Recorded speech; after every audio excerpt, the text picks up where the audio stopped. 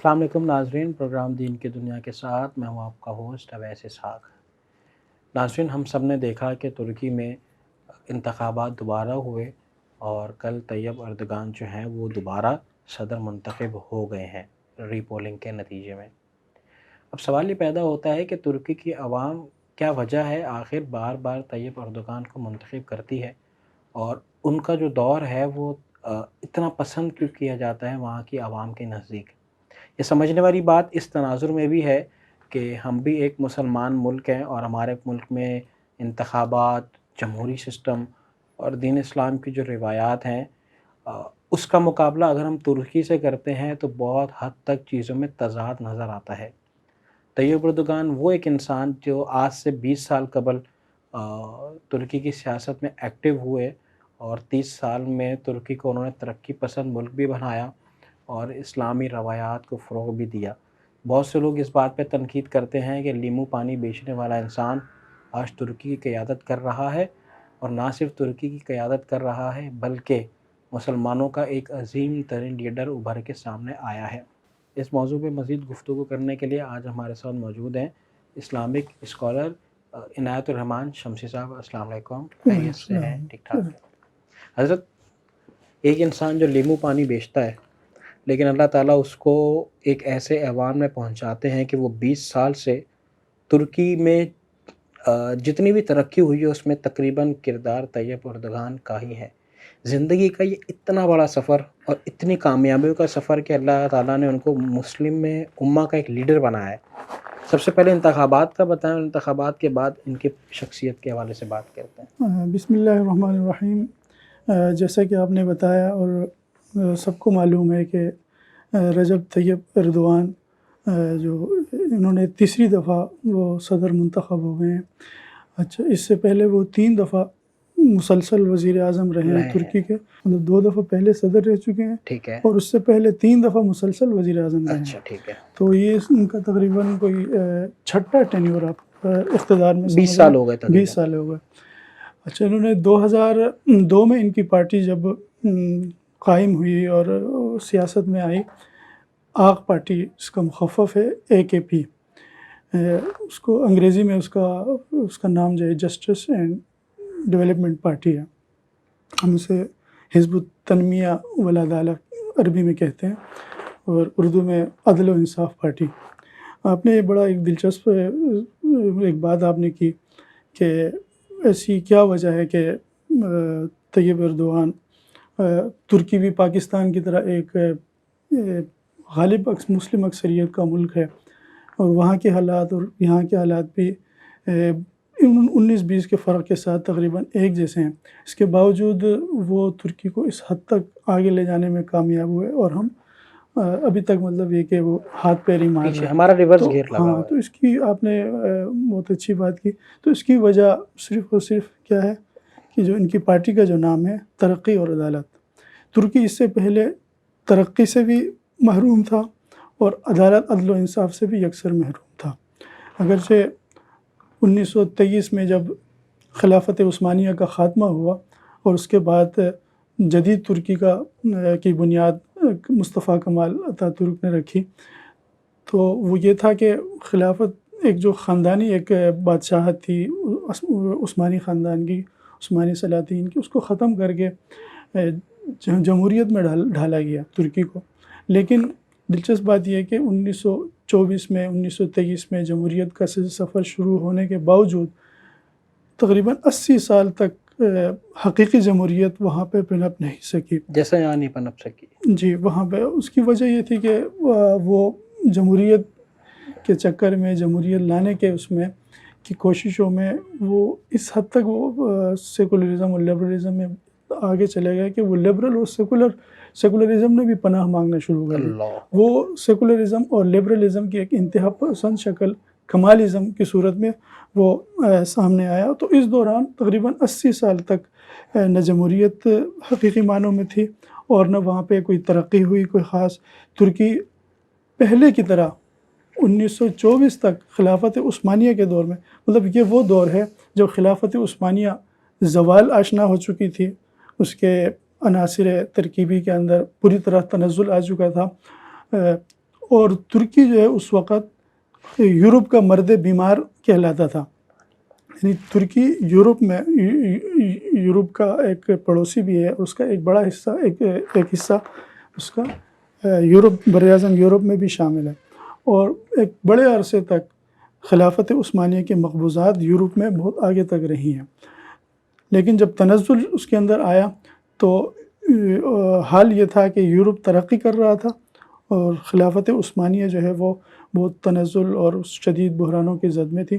تو اس وقت ترکی کو یورپ کا مرد بیمار کہا گیا تھا. اچھا. لیکن جب جدید ترکی کا سفر مصطفیٰ کمال پاشا، اتاتürk مصطفیٰ کمال پاشا اور ان کے ساتھیوں کی قیادت میں شروع ہوا، تب بھی میں یہ کہوں گا کہ 80 سال تک، یہاں تک کہ مطلب یہ کہ طیب اردوغان کی آمد تک جو ہے وہ ترکی پہلے کی طرح یورپ کے مرد بیمار کا مرد بیمار ہی رہا. یہ رجب طیب اردوغان صاحب ہیں کہ جنہوں نے ترکی کو حقیقی معنوں میں ایک جمہوریت سے روشناس کرایا اور ترکی کو ترقی دی اور عدل و انصاف کا قیام مطلب ایک بڑے پیمانے پہ وہاں پہ حقیقی معنوں میں وہاں پہ اس کی صورت نظر آئی. اس سے پہلے حالت یہ تھی کہ انتہائی سخت جبر تھا، مذہبی جبر، یہاں تک کہ مصطفیٰ کمال صاحب کے دور میں انہوں نے جو ہیٹ انگریزی ہیٹ جو ٹوپی کی جگہ مطلب ہیٹ جو ہوتا ہے اس کو پہنانے کے لیے ریاستی سخت جبر کا استعمال کیا گیا، کنڈے استعمال کیے گئے، خواتین کا اسکارف تک حجاب پر سخت پابندی لگا دی گئی. تو یہ رجب طیب اردوغان صاحب جب پہلی دفعہ ان کی پارٹی جیتی، اس وقت بھی حالت یہ تھی کہ رجب طیب اردوغان پر الیکشن لڑنے پر پابندی تھی. اچھا جی. 1994 میں ہوا یہ تھا کہ 1994 میں رجب طیب اردوغان صاحب پہلی دفعہ استنبول کے میئر بنے. بالکل. استنبول کے جب وہ میئر بنے اس وقت استنبول کی حالت بہت دیگرگون تھی. آپ یوں سمجھ لیجئے کراچی کی جو حالت ہے. بالکل، میں یہ کہنے والا تھا. کراچی میں کیا ہے؟ امن نہیں ہے، کراچی میں بجلی نہیں ہے، کراچی میں پانی نہیں ہے، کراچی میں صفائی ستھرائی نہیں ہے. یہی صورت جو ہے وہ اس وقت استنبول شہر کی تھی. استنبول یعنی وہ تاریخی شہر جو دنیا کی تاریخ میں سب سے طویل عرصے تک ایک دارالحکومت رہنے والے کا اعزاز رکھنے والا شہر. مطلب یہ کہ تقریباً 800 سال خلافت عثمانیہ کا وہ دارالحکومت رہا، اور اس سے پہلے رومن امپائر کا بھی وہ دارالسلطنت رہا ہے. ایسے عظیم شہر کا کیا یہ حال ہو گیا تھا کہ وہاں پہ پانی نہیں تھا، وہاں پہ بجلی کی صورتحال بہت خراب تھی، گندگی تھی.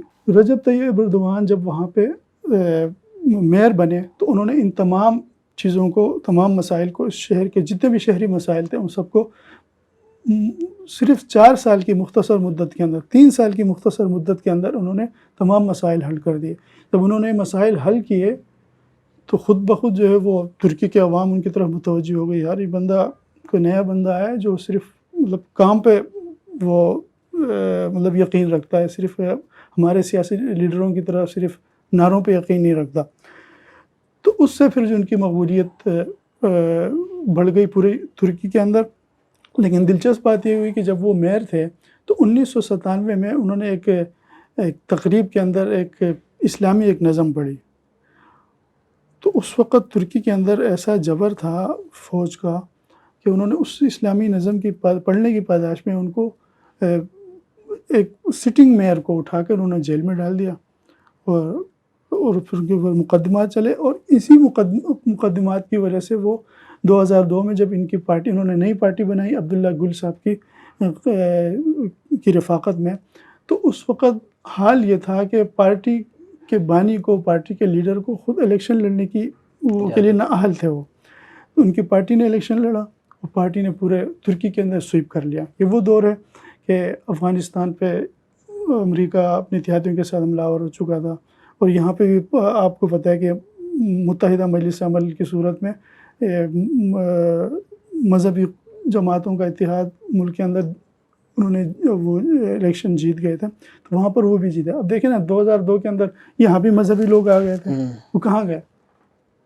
انہوں نے ایسا کچھ اپنے عمل سے کوئی ایسی ترقی نہیں دکھائی، لوگوں کو اتنا ایسا متاثر نہیں کیا، کوئی ایسی کارکردگی نہیں دکھائی کہ لوگ ان پر ویسے ہی اعتماد کرتے جیسے طیب اردوغان پہ اردوان کیا تھا. طیب اردوان نے الیکشن لڑا، مطلب ان کی پارٹی نے الیکشن لڑا، لیکن وہ پارٹی لیڈر الیکشن نہیں لڑ سکتا تھا، لیکن اس کے باوجود جب ان کی پارٹی جیتی تو ان کے لیے راستہ ہموار ہو گیا، اور پھر 2003 میں انہوں نے الیکشن لڑنے کے اہل ہوئے، الیکشن اس میں قانون میں ترمیم کے بعد، تو وہ بھاری اکثر لوگوں نے ان کو جتوایا. وہ الیکشن جب وزیر اعظم اس میں ایوان میں چلے گئے تو حال یہ تھا کہ ان کی بیگم جو ہے امینہ اردوان وہ اسکارف لیتی ہیں، تو وہ اس قانون آڑے آ گیا کہ جی وہ ایک باحجاب خاتون جو ہے وہ اس میں نہیں آ سکتی، خاتون اول نہیں بن سکتی.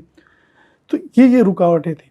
ان شدید خطرناک اور بڑی مشکل رکاوٹوں کو انہوں نے عبور کر کے، انہوں نے عبور بھی کیسے کیا کہ انہوں نے کوئی نعرے نہیں لگائے. ہمارا یہاں کا المیہ یہ ہے کہ میں اسی تناظر میں آپ کو بہت ڈسٹرب نہیں کرنا چاہتا، بڑی اچھی ہے کہ اسلامک تاریخ بیان کر رہے ہیں ترکی کی. صرف ایک سوال ذہن میں آتا ہے، وہ یہ آتا ہے کیا ہمارے جو مذہبی لیڈر ہیں اور جو ترکی کے مذہبی لیڈر ہیں، کیا ان دونوں میں ایک ہی چیز کا ڈفرینس ہے، وہ ہے ترقی پسند؟ جی یہی ہے ہمارا المیہ. یہ میں یہی بتانے لگا تھا، ہمارا المیہ یہ ہے کہ ہم نعروں کو زیادہ اہمیت دیتے ہیں، پاپولزم کو، مطلب اس سے ایموشنل لوگوں کے ہاں لوگوں کو ایموشنل بلیک میل کر کے صرف وہ یہ کہتے ہیں نا، لوگ تنگ آ کے کہ اسلام فروشی، اسلام بیچنا، یہ مطلب معذرت کے ساتھ. تو وہاں طیب اردوان نے ایسا نہیں کیا، انہوں نے کوئی اسلامی نعرہ نہیں لگایا. وہ ملک ہی ایسا تھا وہاں پہ، مطلب یہ کہ آپ دیکھیں نا کہ ایک نظم پڑھنے کی پاداش پہ ان کو ایک سٹنگ میئر کو اٹھا کے انہوں نے جیل میں ڈالا.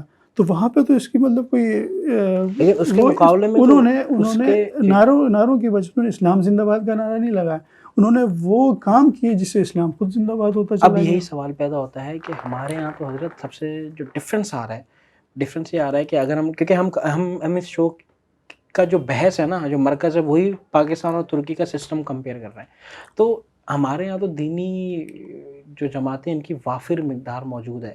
اگر ہم عوام سے لے کے اسمبلیاں، پارلیمنٹ، قانون سازی، آئین سازی، ہر حد تک آپ کے یہاں 1971 سے لے کے آج تک جو ہے وہ دینی جماعتیں وافر مقدار میں موجود ہے. لیکن ہم نے یہ دیکھا ہے کہ جب کوئی دینی جماعت آتی ہے، وہ جماعت، اس کا سربراہ، اس کی قیادت پھلتی پھولتی، جائیدادیں کروڑوں اربوں کی، یہ ساری چیزیں تو اقتدار میں آنے کے بعد ہو جاتی ہیں.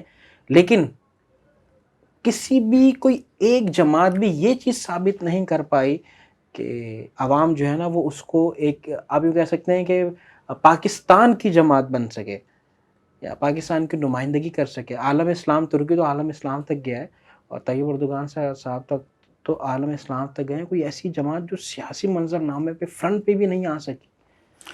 پاکستان میں حالانکہ بہت زیادہ ایڈوانٹیج ہے، بہت زیادہ ایڈوانٹیج ہے. ہر یہ لحاظ اچھا سے معذرت کے ساتھ یہ تو آپ مارکیٹ ہے مذہبی ملا کی. ہر لحاظ سے ایڈوانٹیج ہے. آپ کو یہاں پہ ہر چیز کرنے کی آزادی ہے.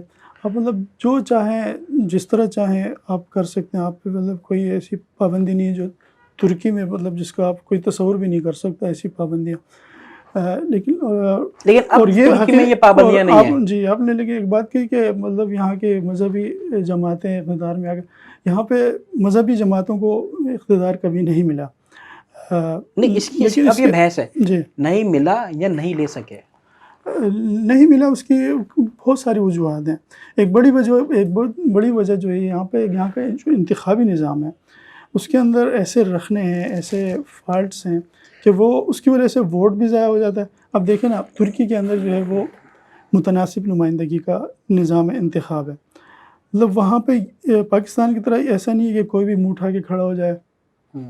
وہ ایک بندہ ہے سنگل، اپنی پارٹی کا سنگل ایک امیدوار، اور کوئی اس کے پاس امیدوار تک ٹکٹ لینے کو نہیں ہے، لیکن وہ الیکشن کمیشن میں جا کے جناب پارٹی رجسٹر کر دیتا ہے اور الیکشن میں آ جاتا ہے. نہیں تو آزاد لڑ رہے گا، انڈیپینڈنٹ کھڑا ہو جاتا ہے. اور پھر وہ کیا ہو جاتے ہیں، اب یہی انڈیپینڈنٹ آزاد امیدوار جب الیکشن کے بعد جب ان کے سودے لگتے ہیں، حکومت سازی کا جب مرحلہ آتا ہے، دیکھیں نا مہینوں تک جناب یہاں پہ ڈیڈ لاک ہو جاتا ہے، پھر بارگیننگ ہوتی ہے، اور یہیں سے پھر ایک حکومتیں کبھی جو ہے وہ ایک کولیشن حکومتیں بنتی ہیں، پھر حکومتیں جو چھوٹی پارٹیوں کی جو ہے وہ بڑی پارٹیاں جو ہے ان کے بلیک میلنگ میں آ جاتی ہیں. بالکل. وہاں پہ ایسا نہیں ہے، وہاں پہ متناسب نمائندگی ہے. وہاں پہ میرے خیال میں میری معلومات کے مطابق وہاں پہ ہر پارٹی کے لیے، جو بھی پارٹی ہو، اس کو پارلیمان کے اندر جانے کے لیے، مطلب وہاں کھڑا تو ہر کوئی ہو سکتا ہے، لیکن اس کو ہر پارٹی کھڑی ہو سکتی ہے الیکشن میں، لیکن پارلیمان کے اندر جانے کے لیے آپ کو 7% ووٹ لینا لازمی ہے، 7%۔ اگر کوئی پارٹی مثال کے طور پر اس نے 5-6 سیٹیں جیتی ہیں، لیکن ٹوٹل ووٹوں میں سے اس کی جو نشستیں ملا کے 7% ووٹ تک نہیں پہنچتی، تو وہ پارلیمنٹ کے اندر نہیں جا سکتی۔ ٹھیک ہے، تو اس کے جو ووٹ، اس کی جو سیٹیں ہوں گی، وہ جو جانے کے اہل جماعتیں ہوں گی، ان میں وہ تقسیم ہوں گی۔ تو اس سے کیا ہوگا؟ اس سے یہ ہوتا ہے کہ وہ جو ایک تقسیم ہوتی ہے بہت بڑی، اس کے اندر پاور، اس کے اندر پارٹی حکومت سازی کے اندر جو بڑی مشکلات پیش آتی ہیں، یہ اس کا خاتمہ ہو جاتا ہے۔ پاکستان کے اندر اسی کی وجہ سے بہت سارے اب مسائل یہی ہیں۔ وجہ تھی، معذرت بات کاٹ رہا ہوں، یہی وجہ تھی کہ اردگان صاحب 50% صدر بننے کے لیے جنہوں نے 50% کا ایک لمٹ لگائی ہوئی کہ اتنے ووٹ ہونے چاہیے، وہ نہیں لے سکے، تو انہوں نے فوراً پیسفلی دوبارہ انتخابات کروائے۔ جی، وہ اسی کے مطابق وہاں پہ کوئی ہنگامہ نہیں ہوا، کچھ بھی نہیں ہوا، تو کوئی بیان بازی جی، نہیں۔ وہ اس لیے کہ وہاں پہ سیاسی استحکام ہے، اسٹیبلٹی ہے۔ یہاں پہ مطلب المیہ ہی المیہ ہے۔ اب اتنی بڑی مطلب یہ کہ سیاسی عدم استحکام یہاں پہ آئے، ڈی اسٹیبلائزیشن ہے، تو اسی کی وجہ سے جو ہے وہ مطلب کوئی سیاسی ادارے یہاں پہ، جمہوری ادارے یہاں پہ نہیں سکے، مضبوط نہیں ہو سکے۔ اب سوال حضرت یہ پیدا ہوتا ہے، یہ تو ہم نے کمپیئر کیا پاکستان ویسز ترکی سسٹم، دوسرا سوال یہ پیدا ہوتا ہے کیا، کیونکہ ہمارے یہاں سے بھی یہ دعویٰ کیا جاتا ہے کہ عمران خان جو ہیں وہ مسلمانوں کے لیڈر ہیں۔ اب سوال میں آپ سے پوچھتا ہوں، تھوڑا کنٹروورشل ہے، کیا عمران خان مسلمانوں کے لیڈر ہیں یا پھر طیب اردگان مسلمانوں کے لیڈر ہیں؟ اس کے بعد پوسٹ کالونیل جو دور ہے، استعمار کے خاتمے کے بعد، اس کے بعد مسلم ورلڈ کے اندر پان اسلام ازم کی ایک تحریک چلتی رہی ہے۔ وہ عالم اسلام کے ایک ممتاز مفکر مولانا سید ابو الحسن علی ندوی، وہ اس کو مسلم دنیا کے اندر مغربیت اور اسلامیت کی کشمکش کا عنوان دیتے ہیں۔ اس کشمکش کے تحت ہمیشہ ہی ہر دور میں مسلمانوں کے مشترکہ مسائل، مطلب صرف پاکستان کے نہیں، پاکستان سے ہٹ کر بھی جو مسلم امہ کے مشترکہ مسائل ہیں، جیسے مسئلہ فلسطین ہے، جیسے کشمیر ہے، جیسے مڈل ایسٹ کے کچھ علاقے ہیں، مسائل ہیں، اور اس کے علاوہ اس کے اندر غیر مسلم ممالک، خاص کر بالخصوص مغرب کے اندر مسلمانوں کو جو اسلاموفوبیا جیسے مسائل کا سامنا ہوتا ہے، نسل پرستی ہے، مذہبی امتیاز ہے، توہین کے جو معاملات ہیں، تو یہ جو مشترکہ مسائل ہیں، اس میں جو بھی آواز اٹھائے گا ان باتوں کو، جو بھی مطلب اس کے لیے وہ ایڈریس کرے گا، تو وہ مسلمانوں کا لیڈر کہلاتا ہے۔ بلا شبہ عمران خان نے اپنے دور میں یہ باتیں اٹھائی، انہوں نے انٹرنیشنل فورمز پہ ہر جگہ اس کے اندر، نہیں آپ اس کا بھی جواب دیں کہ بات تو بلاول نے بڑی مؤثر اٹھائی، انڈیا میں جا کے کشمیر کی بات کی ہے۔ کشمیر دیکھیں، کشمیر مسلم امہ کا مسئلہ ہمارے لیے، مسلم وہ امہ پاکستان کا مسئلہ بعد میں ہے، پاکستان کا فرسٹ ہے۔ ٹھیک ہے۔ تو عمران خان ایک ظاہر ہے، ایک ان کی ایک پاپولیٹی پورے ورلڈ کے اندر ہے، وہ ایک فیمس آدمی ہے۔ پھر دوسرے، انہوں نے جب تک وہ وزیر اعظم رہے، اس کے علاوہ بھی، اس سے پہلے بھی، اس اقتدار سے ہٹنے کے بعد بھی، وہ مسلم امہ کے جو مشترکہ مسائل ہیں اس میں وہ اسی طرح دلچسپی سے وہ بات کرتے ہیں، جس طرح مہاتیر محمد ہیں۔ اس میں ایک چیز انڈورس شاید آپ کے ذہن سے نہ نکلے، صرف یاد دہانی کے طور پہ کہ انڈورس کروا دیں، وہ یہ ہے کہ عمران خان کی وجہ سے ہی یونائٹڈ نیشن میں بلاسفیمی ڈے منایا جاتا ہے۔ ہاں، یہ بالکل ان کا کریڈٹ ہے، انہوں نے، اور بجا طور پر میں، آپ نے سوال کیا نا کہ مسلم لیڈر ہے یا نہیں ہے، تو جو بھی میں اس کے لیے یہ کرائٹیریا یہی ہے کہ جو بھی مشترکہ مسائل میں آگے بڑھ کر اقوام عالم کے سامنے آپ کا مقدمہ لڑے گا، آپ کا کیس اٹھائے گا، تو مسلمانوں کا لیڈر ہوگا۔ تو اس میں چاہے ہمیں برا لگے اچھا لگے، نہیں، لیکن اب حضرت اردگان نے بھی تو بہت سی چیزوں میں آگے بات کی ہے۔ اردگان نے تو، اردگان کے کریڈٹ میں تو بہت ساری چیزیں ہیں۔ سب سے پہلے کہ اسرائیل کے ساتھ ترکی کے شروع سے ہی تعلقات، اسرائیل مسلم دنیا کے اندر شاید پہلا ملک ہے جس نے اسرائیل کو تسلیم کیا۔ تو یہ اس وقت کی بات ہے جب وہاں پہ آئینی طور پر ترکی جو ہے اب بھی ایک سیکولر ملک ہے، لیکن ایک مسلم سوسائٹی ہے وہاں پہ، اس کی وجہ سے وہ مسلم برادری کا حصہ ہے۔ تو اس حیثیت سے انہوں نے سب سے پہلے اسرائیل کو انہوں نے تسلیم کیا. بڑے تعلقات اچھے ان کے رہے ہیں، لیکن ایردوان جب آئے تو انہوں نے وہ تعلقات ختم نہیں کیے، وہ تعلقات جاری رکھے. لیکن خاص کر 2008 میں آپ کو یاد ہوگا کہ غزہ میں وہ ایک بہت بڑا واقعہ ہوا تھا. پھر ایک فریڈم فلوٹیلا جو ایک عالمی ایکٹیوسٹ کا وہ گیا تھا غزہ میں مسلمانوں کی امداد کے لیے، لیکن وہ میڈیٹرین جو سی ہے، بحر متوسط یا بحر احمر، ریڈ سی کے اندر، تو وہاں پہ وہ جو غزہ کے ساتھ کی طرف جو گزر گئے، وہاں پہ غزہ کی طرف وہ فلوٹیلا جا رہا تھا. تو اس میں بین الاقوامی سمندر کے اندر اسرائیل نے جارحیت کر کے اس کشتی کو نشانہ بنایا. اس میں ترکی کے ایکٹیوسٹ بھی تھے، ترکی سے پاکستان کے بھی ایک دو ایکٹیوسٹ تھے. تو وہ کوئی کو مطلب انہیں کوئی وہ کسی قانون کا انہوں نے پاس نہیں رکھا بین الاقوامی قانون کے اندر. تو اس کے بعد ترکی نے بڑا سخت ایکشن لیا اور سفارت تعلقات بھی ڈسمس کر دیے سب کچھ. لیکن اس سے 2009 میں ڈیووس کے جو ورلڈ اکنامک فورم کے اس میں فورم میں وہاں پہ اسرائیلی صدر کو ایردوان مطلب ان کے آتے ہوئے کچھ 5-6 سال ہی ہوئے تھے، اتنے زیادہ وہ فیمس ہوئے بھی نہیں تھے.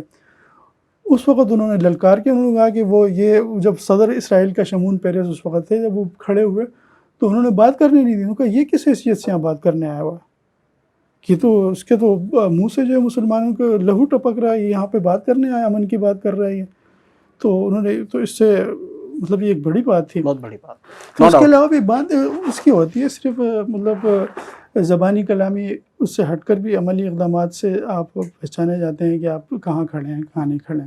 تو اس حیثیت سے دیکھا جائے تو ایردوان زیادہ چیز. لیکن اب سوال اب دیکھیں روہنگیا کے مسلمانوں کے ساتھ اس میں ایردوان کی امپورٹ کیا، خود جا کے وہاں پہ اور امپورٹ بھی کیا تھا اپنے ترکی میں، پناہ دی، کیمپ لگائے. اچھا حضرت، اب سوال یہ پیدا ہوتا ہے کہ اب ہم جس طرح بات کر رہے تھے کہ پاکستان کا جمہوری سسٹم ترکی کے مقابلے میں کمزور ہے.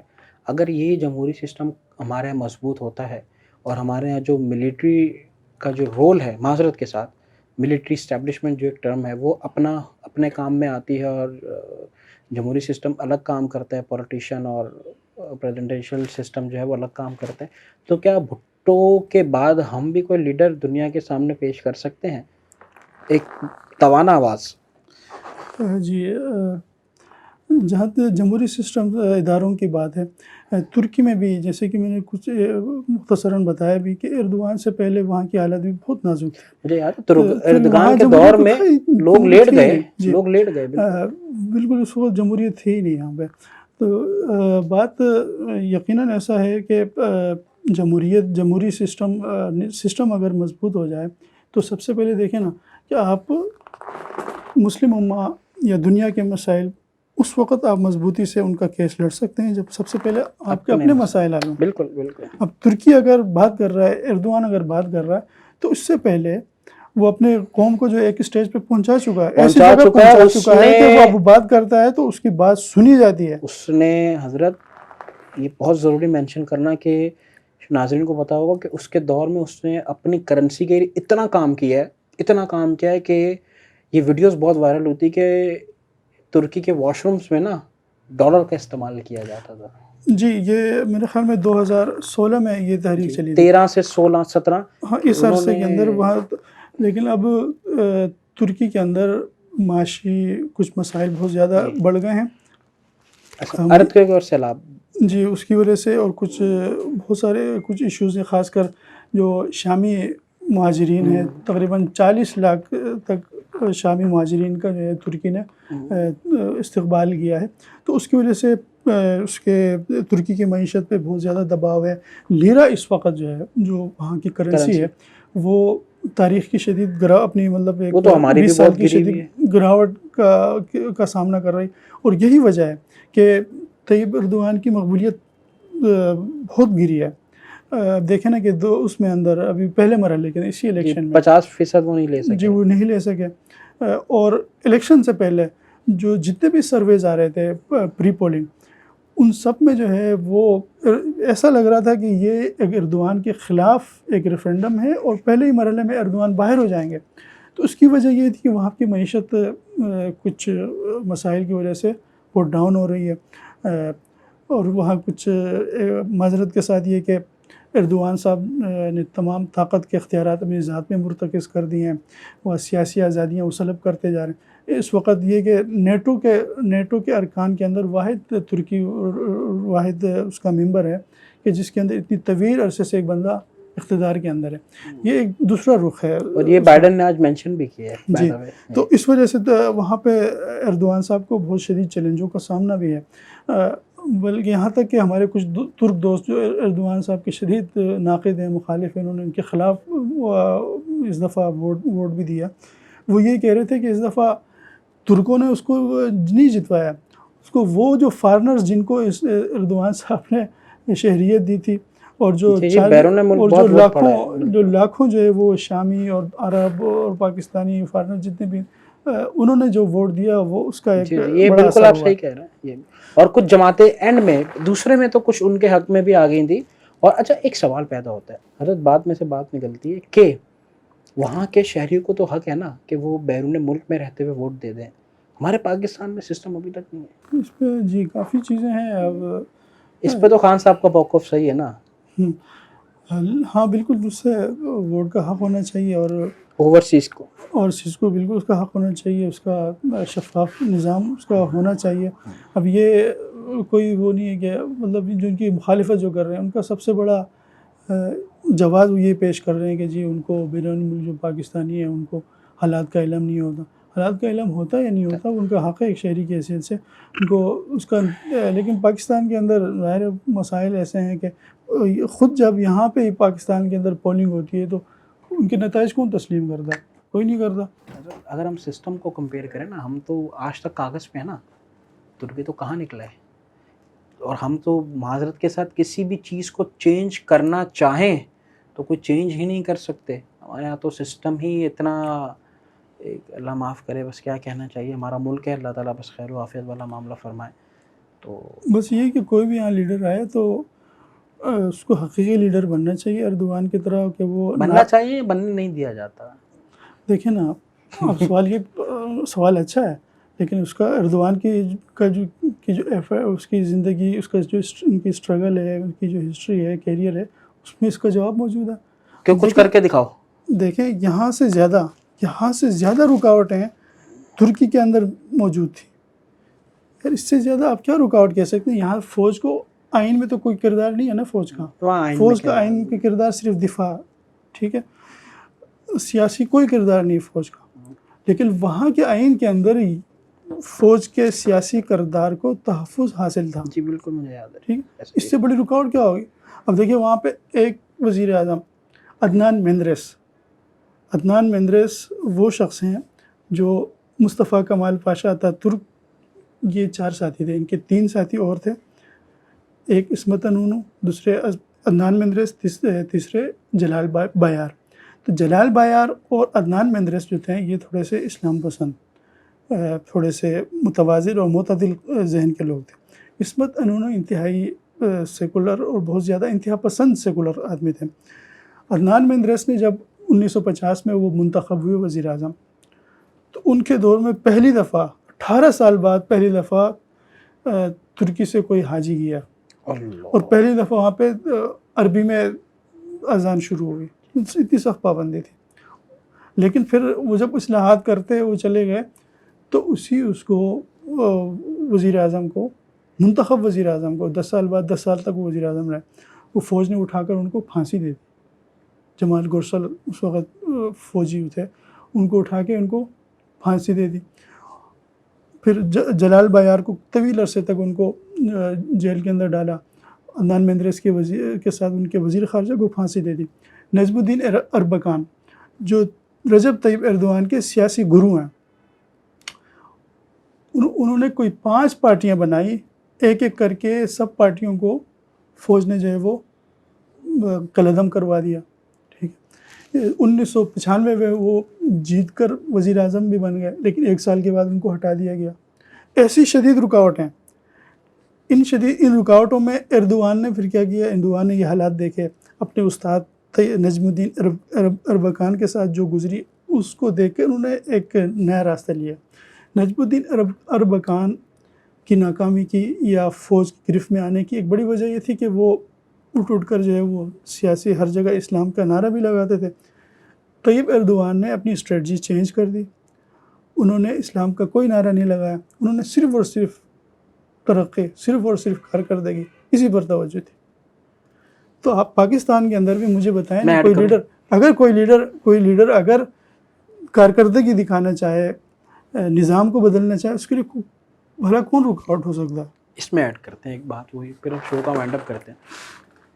خان صاحب کا دور ہے، لوگوں کو بہت امیدیں تھیں، لیکن معذرت کے ساتھ خان صاحب نے اپنے دور میں کیا کیا کہ سب کو پکڑا، جیل میں ڈالا. یہی تو اس کی سب سے بڑی ناکامی کی وجہ ہے. اور شاید خان صاحب اگر دوبارہ اقتدار میں آتے، غلطی نہ کریں، کہ خان صاحب کو کرنا یہ چاہیے تھا کہ ملک کو آگے لے کے جاتے، اچھی دیکھنا پالیسیز وہ بناتے. اصلاحات کی انہوں نے بات کی تھی، بڑی بہترین بات. وہ تو بات کی نا، اب لیکن عملی طور پہ تو نون لیگ کے پیپلز اپنے انہوں نے وہی کہہ رہا ہوں، اگر اپوننٹس کو اندر کر دیا. انہی پر وہ اگر لے آتے نا، اصلاحات ہی کو آگے بڑھاتے، کیا پیپلز پارٹی ان کی مخالفت کر سکتی؟ نہیں، کوئی بھی مخالفت نہ کرتا. چارٹر آف ڈیموکریسی تو ہے آپ کے ملک میں کہ ایک حکومت دوسری حکومت کی رسپیکٹ، عزت کرے گی. جب الیکشن کے بعد پہلی دفعہ وزیر اعظم منتخب ہونے کے بعد عمران خان جو ویلکم کرنے کے لیے شہباز شریف نے بطور اپوزیشن لیڈر جو اسپیچ کی، اس میں سب سے پہلے ان کو کھلی آفر کی، پیشکش کی کہ ہم ساتھ چلنے کو. نہیں مانے. وہ نہیں مانے. انہوں نے بس اسی کو ترجیح دی کہ جو اٹھاؤ، دیوار سے لگاؤ، مقدمات بناؤ، کرپشن. یہ آخری سوال، اگر مثال کے طور پر پاکستان میں کوئی بھی حکومت آتی ہے، مثال کے طور پہ خان صاحب کی حکومت آتی ہے، کیا وہ ماضی کی غلطی دوبارہ کریں گے؟ تاریخ کا سبق یہ ہے کہ تاریخ سے کوئی سبق نہیں سیکھتا، پاکستان میں تو خصوصاً. بالکل خصوصاً. اب اگر ایسا کوئی لیڈر مطلب ایسا آ جاتا تو اب تک آ جاتا، اب تک کوئی ایسا نہیں ہے. 75 سال گزر گئے، ایسے گزرتے رہیں گے، مطلب دور تک ایسے کوئی آثار نہیں. تو پھر ترکی صاحب اردغان صاحب سے ہمیں بھی گزارش کرنی چاہیے کہ ہمیں بھی اوورسیز بنائیں اور ہمیں بھی ووٹنگ کا حق دیں. یہ ایک آپشن ہے. بہت بہت شکریہ، آپ نے ہمارے پروگرام کے لیے وقت نکالا.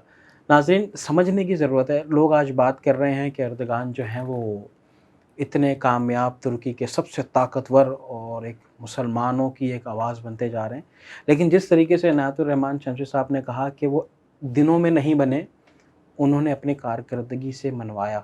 مختلف 20 سال میں مختلف عہدوں پہ رہے، صدر، وزیر اعظم، میئر، لیکن کبھی کسی مخالفین پہ نہ ہی تنقید کی، نہ ہی بیان بازی کی، اور اپنی کارکردگی سے وہ سب کچھ کر دکھایا جو ہم نے ابھی بیان کیا ہے. ہمارے سیاستدانوں کو سیکھنا چاہیے کہ سیاست میں اپنی ذاتیات کی لڑائی کو پیچھے رکھ کے ملک اور ملت کے بارے میں سوچنا چاہیے اور جامع پالیسیز بنانی چاہیے. اسی کے ساتھ اپنے میزبان اویس اسحاق کو دیجیے اجازت. انشاءاللہ آپ سے ملاقات ہوتی ہے بہت جلد. اللہ حافظ. تازہ ترین خبریں، تحقیقاتی رپورٹس اور اسٹاک مارکیٹ کے حالات، کھیلوں کی خبریں، شوبز اور سوشل میڈیا ٹرینڈز، صرف ایک کلک کی دوری پر. MM نیوز کی اپلیکیشن ڈاؤن لوڈ کریں اور باخبر رہیں.